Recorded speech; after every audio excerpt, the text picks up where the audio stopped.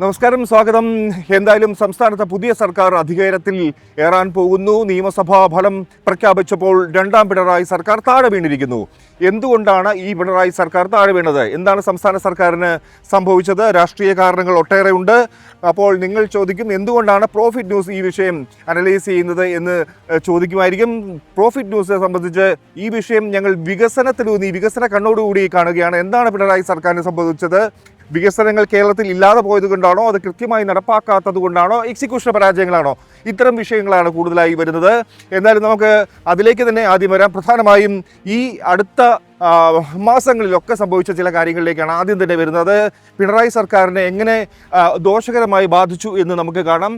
പ്രത്യേകിച്ച് വയനാട് ദുരന്തം നമ്മളുടെ എല്ലാം മനസാക്ഷിയെ ഞെട്ടിച്ച ഒരു കാര്യമാണ്. ഈ വയനാട് ദുരന്തത്തിന് ശേഷം സംസ്ഥാന സർക്കാർ വലിയ പ്രഖ്യാപനം നടത്തി.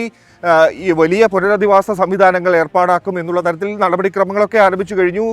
പ്രത്യേക ഫണ്ട് അതിന് സ്വരുക്കൂട്ടി പ്രവർത്തനങ്ങൾ തുടങ്ങി. പക്ഷേ ഏറ്റവും ഒടുവിലായി അതിൻ്റെ ക്ലൈമാക്സിൽ എന്ത് സംഭവിച്ചു എന്നാണ് മനസ്സിലാക്കേണ്ടത്. ഈ വച്ച വീടുകളിൽ വിള്ളൽ കണ്ടു എന്നത് വലിയ പ്രശ്നമായി. അത്തരത്തിൽ ഇത് സംസ്ഥാന സർക്കാരിന് വലിയ നാണക്കേടായി. ഇതൊരൊറ്റപ്പെട്ട സംഭവമായി കാണാൻ ആരും കൂട്ടാക്കിയില്ല എന്നുള്ളതാണ് യാഥാർത്ഥ്യം. വലിയ ഭരണവിരുദ്ധ വികാരം എന്നൊക്കെ പറയുമ്പോഴും ഒരുപക്ഷെ ഈ വികസന പദ്ധതികൾ, അല്ലെങ്കിൽ ഇതിപ്പോൾ വയനാട്ടിലെ കാര്യം വികസനവും ജനക്ഷേമവും ഉറപ്പാക്കുന്ന പദ്ധതികളാണ്. അത്തരത്തിൽ ഏറ്റെടുത്ത് നടത്തുന്ന കാര്യങ്ങളിൽ തകരാറുകൾ, വീഴ്ച സംസ്ഥാന സർക്കാരിന് സംഭവിച്ചിരിക്കുന്നു എന്നുള്ളത് പ്രധാനപ്പെട്ട കാര്യമാണ്.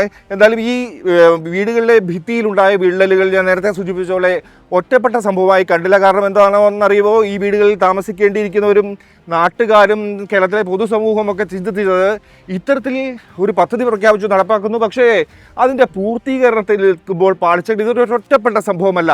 കാരണം സംസ്ഥാന സർക്കാരിന് ഇതുപോലെ ഒരു വലിയ പദ്ധതി ഏറ്റെടുത്ത് നടപ്പാക്കാനുള്ള കെൽപ്പില്ല എന്നുള്ള ഒരു നെഗറ്റീവ് മെസ്സേജ് സമൂഹത്തിലേക്ക് പരന്നു എന്നത് യാഥാർത്ഥ്യമാണ്. അതുകൊണ്ട് തന്നെ ഇത് വലിയ വിമർശനം തന്നെ ഇടയാക്കിയിട്ടുണ്ട്. ഇതാണ് വയനാട് ദുരന്തം സംബന്ധിച്ച്, റീഹാബിലിറ്റേഷൻ, പുനരധിവാസം സംബന്ധിച്ചുള്ള കാര്യങ്ങൾ. എന്തായാലും ഇനിയും അവർ ഈ പ്രഖ്യാപനം നടത്തി വീടുകൾ പണിതു. ഈ പ്രശ്നങ്ങൾ കാരണം ഇനിയും ഈ വീടുകളിലേക്ക് ജനങ്ങൾക്ക് കുടിയേറി പാർക്കാൻ, അല്ലെങ്കിൽ അവിടെ താമസമാർക്കാൻ അവർക്ക് കഴിഞ്ഞിട്ടില്ല എന്നുള്ളത് പ്രധാന വസ്തുതയായി നിലനിൽക്കുന്നു. അപ്പോൾ അത് സംസ്ഥാന സർക്കാരിനെ സംബന്ധിച്ച വലിയ വീഴ്ചയായി തന്നെ നമുക്ക് കാണാം. ഇതൊരു സിംബോളിക് ഒരു ഫെയിലിയറായി തന്നെ വിലയിരുത്തപ്പെട്ടു എന്ന് വേണമെങ്കിൽ കാണാം. അങ്ങനെ തന്നെ ഇതിൻ്റെ നരേറ്റീവ് മുഴുവൻ മാറുകയാണ് ചെയ്തത്. സർക്കാർ എടുത്ത ഒരു ഇനിഷ്യേറ്റീവ് മുഴുവൻ പെട്ടെന്നൊന്ന് തകർന്നടിയുന്ന ഒരു സാഹചര്യത്തിലേക്കാണ് എത്തിയത്. തീർച്ചയായും നമുക്കറിയാം, ആ ദൃശ്യങ്ങൾ, ആ വിള്ളലുണ്ടായ ദൃശ്യങ്ങളൊക്കെ ടെലിവിഷൻ സ്ക്രീനിലൊക്കെ കണ്ടപ്പോൾ ജനങ്ങൾ കരുതി, നമുക്കറിയാം, ഒരു ചിത്രം അല്ലെങ്കിൽ ദൃശ്യം കണ്ടു കഴിഞ്ഞാൽ അത് 1000 വാക്കുകളേക്കാൾ വ്യക്തമായിരിക്കും എന്നുള്ള കാര്യം നമുക്കറിയാം, മനസ്സിൽ പതിയുമെന്നുള്ളത്. പക്ഷേ ആ ഒരു ചെറിയ വിള്ളൽ പോലും ജനങ്ങളുടെ മനസ്സിൽ ഈ സർക്കാരിനെ കുറിച്ച് വലിയ വിള്ളലുണ്ടാക്കി എന്ന് വേണം നമുക്ക് കരുതാൻ. നമുക്ക് നോക്കാം ഇനി സംസ്ഥാന സർക്കാരിനെ സംബന്ധിച്ച് പ്രതികൂലമായി ബാധിച്ച മറ്റു കാര്യങ്ങൾ എന്തൊക്കെയെന്നാണ് നോക്കേണ്ടത്. റോഡ് വികസനം സംബന്ധിച്ചുള്ള കാര്യങ്ങളും തുടർച്ചയായ നിർമ്മാണ പ്രവർത്തനങ്ങളുമൊക്കെയാണ്. ഒരു കൃത്യമായി പദ്ധതി ഏറ്റെടുത്ത് നടപ്പാക്കുന്നില്ല. റോഡ് നിർമ്മാണം ഇങ്ങനെ തുടരുകയാണ്. പലയിടത്തും തുടരുന്നത് കൊണ്ട് ജനങ്ങൾക്കുണ്ടാകുന്ന ബുദ്ധിമുട്ട് അസഹനീയമാണ് എന്ന് തന്നെ പറയാം. നല്ല കാര്യത്തിനാണ് എങ്കിൽ കൂടെ ഇത് അനിശ്ചിതമായി നീളുന്നത് ജനങ്ങൾക്ക് വലിയ ബുദ്ധിമുട്ടുണ്ടാക്കുന്നത്. പൊടിയും ട്രാഫിക് പ്രശ്നങ്ങളുമൊക്കെ ഉയർന്നുണ്ട്. അത്തരത്തിലുള്ള പ്രശ്നങ്ങൾ തുടരുന്നു. പണി നടക്കുന്നു, പൂർത്തിയാകുന്നില്ല. അതാണ് പ്രധാന കാര്യം. പിന്നെ കൊച്ചി മെട്രോ സംബന്ധിച്ച് പുതിയ നീളത്തിലേക്ക് കൊച്ചി മെട്രോ പായുന്നത് സംബന്ധിച്ചുള്ള തീരുമാനങ്ങൾ ഇനിയും എടുക്കാനുണ്ട്. ആ പണിയും പൂർത്തീകരിച്ചിട്ടില്ല. അപ്പോൾ കൊച്ചിക്കാരൊക്കെ നേരിട്ട് അനുഭവിക്കുന്ന ഒരു പ്രശ്നമാണ്. അതിൻ്റെ ഫേസുകൾ ഓരോ ഘട്ടങ്ങളിൽ തരണം ചെയ്ത് അല്ലെങ്കിൽ മുന്നേറ്റം കുറിച്ച് പോകാൻ അതിന് കഴിയുന്നില്ല എന്നുള്ളതാണ് പ്രധാനപ്പെട്ട കാര്യം. കാരണം എക്സ്പാൻഷൻ ഉണ്ടാകുന്നുണ്ട്, പക്ഷെ അത് യാഥാർത്ഥ്യമായി കാണുന്നില്ല. എക്സ്പാൻഷൻ എന്നുള്ളത് വാക്കുകളിൽ മാത്രം നിൽക്കുന്നു. അതിൻ്റെ ഒരു യാഥാർത്ഥ്യം റെയിൽ നീണ്ടുപോകുന്നില്ല എന്നുള്ളതാണ് സത്യം. മറ്റൊരു കാര്യമായി പറഞ്ഞു കഴിഞ്ഞാൽ ഈ കേരയിൽ പോലെയുള്ള കാര്യങ്ങളാണ്. സിൽവർ ലൈൻ, ഇതൊക്കെ കേരളത്തിൽ അനാവശ്യമായ വിവാദങ്ങൾ ഉണ്ടാക്കുകയായിരുന്നു ചെയ്തത്. സംസ്ഥാന സർക്കാർ ഈ പദ്ധതികളൊക്കെ അനൗൺസ് ചെയ്തെങ്കിലും ഒരിക്കലും ജനങ്ങൾക്ക് സഹിക്കാൻ പറ്റാത്ത, ഉൾക്കൊള്ളാൻ പറ്റാത്ത വിധത്തിലാണ് ഇത് പലയിടത്തും വ്യാഖ്യാനിക്കപ്പെട്ടത്. കാരണം ഭൂമി ഏറ്റെടുക്കൽ പോലെയുള്ള പ്രശ്നങ്ങൾ ഉണ്ട്. അതുകൊണ്ട് തന്നെ പാരിസ്ഥിതിക പ്രശ്നങ്ങൾ, ജനങ്ങളുടെ പ്രശ്നങ്ങളൊക്കെ ഉണ്ടായി. ഇതൊക്കെ വലിയൊരു ആഘാതം പൊതുജനസമൂഹങ്ങളിൽ, ഇത് കടന്നു പോകുന്ന വഴികളിൽ പ്ലാൻ ചെയ്ത ആ പദ്ധതിയിൽ അവിടെ ഒക്കെ താമസിക്കുന്ന ജനങ്ങൾക്ക് ഇത് വലിയ ആഘാതമുണ്ടാക്കിയെന്ന് വേണം നമുക്ക് പറയാൻ കാരണം അവരുടെ സ്ഥലം പോകും, അവർ എവിടെ താമസമാക്കും എന്നുള്ള ചോദ്യങ്ങളൊക്കെ ഉയർന്നു. മറ്റൊന്ന് പരിസ്ഥിതി പ്രശ്നമാണ്. പരിസ്ഥിതി പ്രവർത്തകരൊക്കെ ഇതിനെതിരെ രംഗത്ത് വരികയും ചെയ്തു. അതുകൊണ്ട് തന്നെ എന്താണ് ഇക്കാര്യത്തിലൊക്കെ സംഭവിച്ചത്? ഈ പദ്ധതി എങ്ങും എത്തിയുമില്ല, വലിയ വിവാദ വിഷയമാകുകയും ചെയ്തു. ഒരു പ്രൊജക്റ്റ് പ്രഖ്യാപിക്കപ്പെടുന്നു, പക്ഷെ അത് അവസാനിക്കുന്നതോ ഒരു പ്രതിഷേധത്തിലും എന്നുള്ളൊരു കാര്യത്തിലേക്കാണ് നമ്മൾ കാണാൻ കഴിഞ്ഞത്. അങ്ങനെയാണ് കേരളം ആ വിഷയത്തിലെത്തിയത്. ഇപ്പോൾ ആരോഗ്യ രംഗത്തേക്ക് വരാം. ആരോഗ്യരംഗത്ത് ഒട്ടേറെ സുപ്രധാന പദ്ധതികൾ നടപ്പാക്കിയിട്ടുണ്ട്. ഒരുപാട് പണം സംസ്ഥാന സർക്കാർ ആരോഗ്യരംഗത്തിന് വേണ്ടി മുടക്കിയിട്ടുണ്ടെന്ന് എന്നത് സത്യമാണ്, യാഥാർത്ഥ്യമാണ്. പക്ഷേ ആശുപത്രിയുടെ നവീകരണം പോലെയുള്ള കാര്യങ്ങൾ, മെഡിക്കൽ കോളേജുകളുടെ നവീകരണം, കൂടുതൽ ആശുപത്രിയിൽ കൂടുതൽ പരിശോധനാ സംവിധാനങ്ങൾ, വിദഗ്ധ ചികിത്സാ സംവിധാനങ്ങൾ ഏർപ്പെടുത്തുന്നു ഉള്ളത് ഒക്കെ പ്രധാനപ്പെട്ട കാര്യം തന്നെയാണ്. പക്ഷേ ആരോഗ്യരംഗം ഇപ്പോഴും വെന്റിലേറ്ററിലാണ് എന്നുള്ളൊരു സൂചന തന്നെ ജനങ്ങൾക്ക് കിട്ടിക്കൊണ്ടിരിക്കുകയാണ്. എന്തുകൊണ്ടാണ്? അവിടെ ചെല്ലുമ്പോൾ ഈ സാധന സാമഗ്രികളും പരിശോധനാ സംവിധാനങ്ങളും ഒക്കെ ഉണ്ടെങ്കിലും ജനങ്ങൾക്ക് അതിൻ്റെ സേവനം പ്രയോജനപ്പെടുത്താൻ കഴിയുന്നില്ല എന്നുള്ളതാണ്. കാരണം അനാവശ്യമായ കൃത്യതയില്ലാത്ത, വ്യക്തതയില്ലാത്ത ഈ പരിശോധനാ സംവിധാനങ്ങൾ, അല്ലെങ്കിൽ ഓവർ ക്രൗഡഡ് എന്ന് നമുക്ക് പറയാം. ആശുപത്രികളിൽ രോഗികളുടെ തിക്കും തിരക്കും ഇതൊന്നും നിയന്ത്രിക്കാൻ സംവിധാനമില്ല.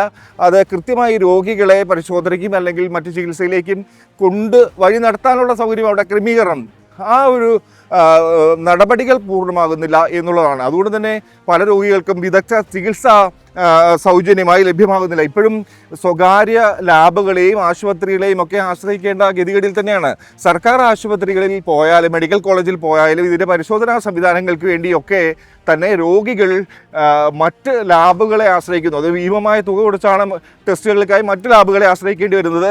കേരളത്തിന് പുറത്തേക്കും ടെസ്റ്റിന് ഇത്തരത്തിൽ അയക്കപ്പെടുന്നുണ്ട്. ഇതൊക്കെ തന്നെ സർക്കാർ ആശുപത്രികളിൽ നിന്ന്, മെഡിക്കൽ കോളേജുകളിൽ നിന്ന് ഒക്കെ തന്നെയാണ് ഇത് പുറത്തേക്ക് അയക്കാൻ അവർ വ്യഗ്രത കാട്ടുന്നതും. അപ്പോൾ അത്തരം പ്രശ്നങ്ങളും വലിയ ഒരു ചർച്ചാ വിഷയത്തിനൊക്കെ ഇടയാക്കി. നമുക്കറിയാം, ഇപ്പോൾ ആരോഗ്യമന്ത്രി വീണ ജോർജ് ഈ തെരഞ്ഞെടുപ്പിൽ തോറ്റിരിക്കുന്നു. ഒരു പക്ഷേ ഈ ആരോഗ്യരംഗത്ത് പാളിച്ച് വന്നതുമൊക്കെ അതിനോട് കൂട്ടിച്ചേർത്ത് വായിക്കുന്നതിൽ ആരെങ്കിലും അങ്ങനെ വായിച്ചാൽ തെറ്റെന്ന് നമുക്ക് പറയാൻ കഴിയില്ല. അതാണ് ആരോഗ്യരംഗത്ത് ഉള്ളൊരു പ്രതിസന്ധി. സ്മാർട്ട് സിറ്റിയുടെ കാര്യം, അല്ലെങ്കിൽ നഗരവികസനത്തിൻ്റെ കാര്യം, കൊച്ചി നഗരം അതിൻ്റെ ദൃശ്യങ്ങൾ നമുക്ക് കാണാൻ കഴിയും. ഇപ്പോൾ ഒട്ടേറെ വികസന പദ്ധതികൾ ഈ കൊച്ചി കേന്ദ്രീകരിച്ചാണ് നടക്കുന്നത്. കേരളത്തിൻ്റെ വാണിജ്യ തലസ്ഥാനമാണ് കൊച്ചി. അപ്പോൾ അതുകൊണ്ട് തന്നെ വല്ലാർപാടം കണ്ടെയ്നർ ടെർമിനൽ ഇവിടെ കാണാൻ കഴിയും. അപ്പോൾ ഇത്തരത്തിൽ വലിയ വികസന പദ്ധതികൾ ഇവിടെ നടക്കുന്നുണ്ട്, നഗരാസൂത്രണ പദ്ധതികൾ നടക്കുന്നുണ്ട്. പക്ഷേ ഇതിപ്പോൾ വല്ലാർപാടം നമ്മുടെ കേരളത്തിൻ്റെ ഏറ്റവും വലിയ അഭിമാന പദ്ധതിയാണ്. അതിൽ യാതൊരു സംശയമില്ല, കേരളത്തിൽ എന്നും അഭിമാനിക്കാനുള്ള പദ്ധതിയാണ്. പക്ഷേ പല വികസന പദ്ധതികളും നഗരം കേന്ദ്രീകരിച്ച് സ്മാർട്ട് സിറ്റി പോലെയുള്ള പദ്ധതികളൊക്കെ നടപ്പാക്കുമ്പോൾ ഈ റോഡ് കുഴിച്ച് അല്ലെങ്കിൽ പാലങ്ങൾ ഉണ്ടാക്കാനുള്ള ശ്രമങ്ങളുമൊക്കെ പരാജയപ്പെട്ടിങ്ങനെ കിടക്കുകയാണ്. അത് റോഡ് മൂടാൻ കഴിയുന്നില്ല. വർഷങ്ങളായി, മാസങ്ങളായി ഒക്കെ ഇങ്ങനെ പൊതുജനം ഇത് സഹിച്ചുകൊണ്ടിരിക്കുന്ന ഒരു അവസ്ഥയാണ്. ഒരു നിയമസഭാ തെരഞ്ഞെടുപ്പൊക്കെ വരുമ്പോൾ ഇതൊക്കെ വലിയ ഇഷ്യൂ ആകാറുണ്ട്. നമ്മൾ ഓർക്കും ഇതൊക്കെ ചെറിയ പ്രശ്നങ്ങളാണ്. പക്ഷേ ഒരു നിയമസഭാ മണ്ഡലം കേന്ദ്രീകരിച്ച് നോക്കുമ്പോൾ അവിടുത്തെ ജനങ്ങൾക്ക് അവിടുത്തെ പ്രശ്നം തന്നെയാണ് പ്രധാനം. അതിൽ യാതൊരു സംശയങ്ങളില്ല. രാഷ്ട്രീയ പ്രശ്നങ്ങളൊക്കെ അതിന് അപ്പുറത്തേക്ക് വരികയുള്ളൂ. അപ്പോൾ ഈ നഗരവികസനത്തിൻ്റെ ഭാഗമായുള്ള പ്രശ്നങ്ങളുണ്ട്, ഒപ്പം ഗ്രാമത്തിലെ റോഡുകൾ നന്നാക്കാത്ത പ്രശ്നങ്ങളുണ്ട്, ഇതൊക്കെയുണ്ട്. പിന്നെ നമ്മൾ ഏറ്റവും എടുത്തു പറയുന്നത് ഇപ്പോൾ നമുക്ക് ഇൻഫോ പാർക്ക് അല്ലെങ്കിൽ IT കേന്ദ്രീകരിച്ചുള്ള കൂടുതൽ പദ്ധതികളുണ്ട്. വിദേശ കമ്പനികളെയൊക്കെ കേരളത്തിലേക്ക് ആകർഷിക്കാനുള്ള നടപടികൾ നടക്കുന്നു എന്നുള്ളതൊക്കെയാണ്. പക്ഷേ യുവാക്കൾ ഇപ്പോഴും ചോദിക്കുന്ന ചോദ്യം ഞങ്ങൾക്ക് തൊഴിലുണ്ടോ എന്നുള്ളതാണ്. അപ്പോൾ കേരളത്തിലെ യുവാക്കളെ ഇവിടെ നിലനിർത്താൻ കഴിയുന്നില്ല, അവർക്ക് തൊഴിൽ കൊടുക്കാൻ കഴിയുന്നില്ല. അതിവിദഗ്ധരായ, വിദ്യാസമ്പന്നരായ നമ്മുടെ യുവജനതയെ തൊഴിൽ കൊടുത്ത് സംരക്ഷിക്കാൻ നമുക്ക് കഴിയുന്നില്ല എന്നുള്ള വലിയ ചോദ്യം വരുന്നുണ്ട്. അതുകൊണ്ട് തന്നെ ഈ യുവജനങ്ങൾ ഈ കാര്യത്തിലൊക്കെ അസ്വസ്ഥരായിരുന്നു, അത് പ്രകടമായിരുന്നു എന്ന് വേണമൊക്കെ നമുക്ക് മനസ്സിലാക്കാൻ.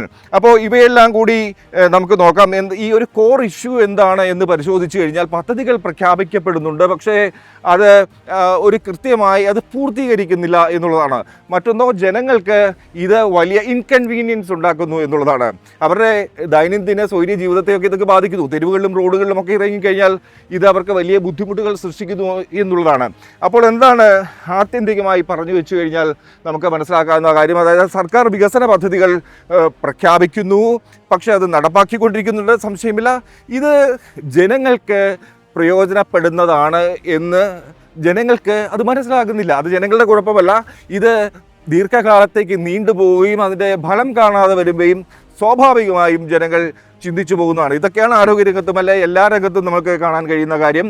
പദ്ധതികൾ പ്രഖ്യാപിക്കുന്നു, പക്ഷെ പൂർണ്ണമാകുന്നില്ല. അതുകൊണ്ട് തന്നെ ഇത് ജനങ്ങൾക്ക് വേണ്ടി എന്തെങ്കിലും നേരിട്ട് പ്രയോജനം ചെയ്യുന്ന ഒരു കാര്യമായി ജനങ്ങൾക്ക് തോന്നുന്നേ ഇല്ല. അവർക്ക് തൊഴിലവസരങ്ങൾ ഉണ്ടാകുന്നില്ല, അല്ലെങ്കിൽ മറ്റു കാര്യങ്ങൾ സൃഷ്ടിക്കപ്പെടുന്നില്ല എന്നുള്ളതാണ്. വികസനങ്ങൾ എവിടേക്ക് ഒതുങ്ങി നിൽക്കുന്നു എന്നുള്ളതാണ് അവർക്ക് കാണാൻ കഴിയുന്നത്.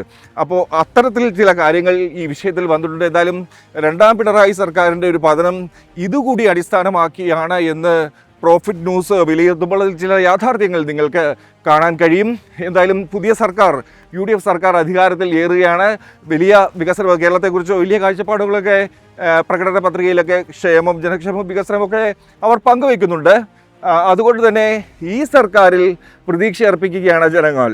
അത് ഓരോ തവണയും അങ്ങനെയാണ്. പുതിയ സർക്കാർ വരുമ്പോൾ ജനങ്ങൾ പ്രതീക്ഷ അർപ്പിക്കും. പക്ഷെ അത് ഫലവത്താകുമോ എന്നുള്ളത്, പ്രാവർത്തികമാകുമോ എന്നുള്ളത് കണ്ടറിഞ്ഞ് മനസ്സിലാക്കേണ്ട കാര്യം തന്നെയാണ്. UDF സർക്കാരിൽ, പുതിയ സർക്കാരിൽ ജനങ്ങൾ പ്രതീക്ഷ അർപ്പിക്കുകയാണ്. പ്രോഫിറ്റ് ന്യൂസിനും പ്രതീക്ഷയുണ്ട്. കാരണം ഞങ്ങൾ ബിസിനസ് കൂടുതൽ കൈകാര്യം ചെയ്തുകൊണ്ട് സംസ്ഥാനത്തിൻ്റെ വികസനം, രാജ്യത്തിൻ്റെ വികസനമൊക്കെ സ്വപ്നം കാണുന്നതുകൊണ്ട് ഞങ്ങൾക്കും പ്രതീക്ഷയുണ്ട്. ഇതൊക്കെ പ്രാവർത്തികമാക്കും പുതിയ സർക്കാർ എന്ന് കരുതുകയാണ്. എല്ലാ ആശംസകളും നേരുന്നു. എല്ലാ ആശംസകളും UDF സർക്കാരിന്.